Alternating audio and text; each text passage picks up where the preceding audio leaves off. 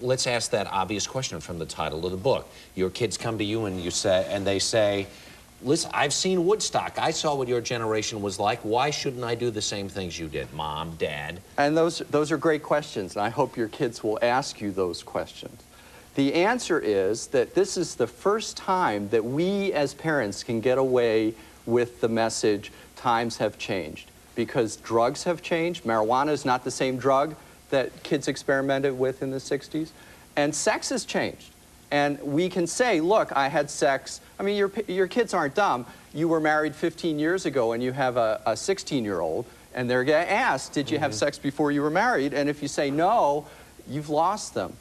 You need to talk to them in an open and realistic fashion about sex. How do you as a parent, for instance, a lot of parents in the 60s experimented with marijuana and were, you know, love children themselves and, you know, going to the rock concerts and so forth. So how does that parent who did all of that stuff in the 60s then say to their child who wants to go to the concerts and smoke grass in the 90s, just say no?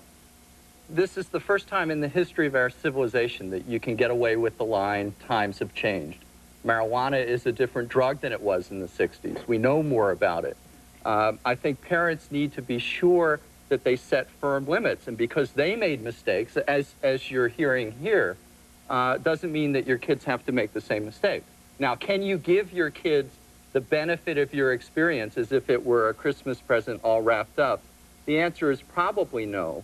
But what you see going on here, I think, is part of an ongoing communications process. And these are kids who are going to do well. These are kids who are not going to repeat their parents' mistakes. How you know that? Because these are parents who deeply love their kids enough to come on a national talk show and say embarrassing things. And this process of communication, as you saw with Kathy and Christina, Christina has the message. I've got to believe we all thought it was hard to be teenagers when we were teenagers. Is it in fact harder for kids these days? It is much harder. I think it is more difficult to be a teenager in the 90s than it's been in the history of our country, but it's also more difficult to be a parent.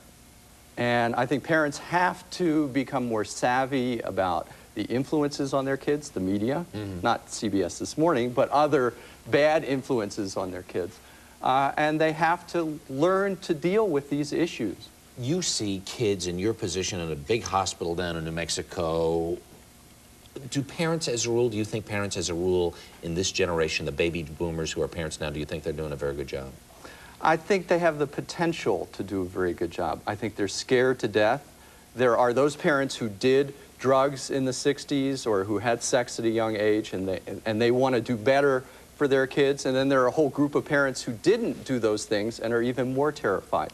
We have the potential to do better as parents. We need to educate our kids. We need to take the initiative and educate them about drugs, about sex, before the media do, before their peers do. Real quick, we only got about 15 seconds. Is there any reason to believe that our future is going to be better than our immediate past?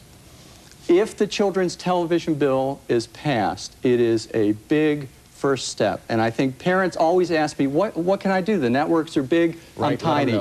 That's what they can do. Dr. Victor Strasburger, thank you.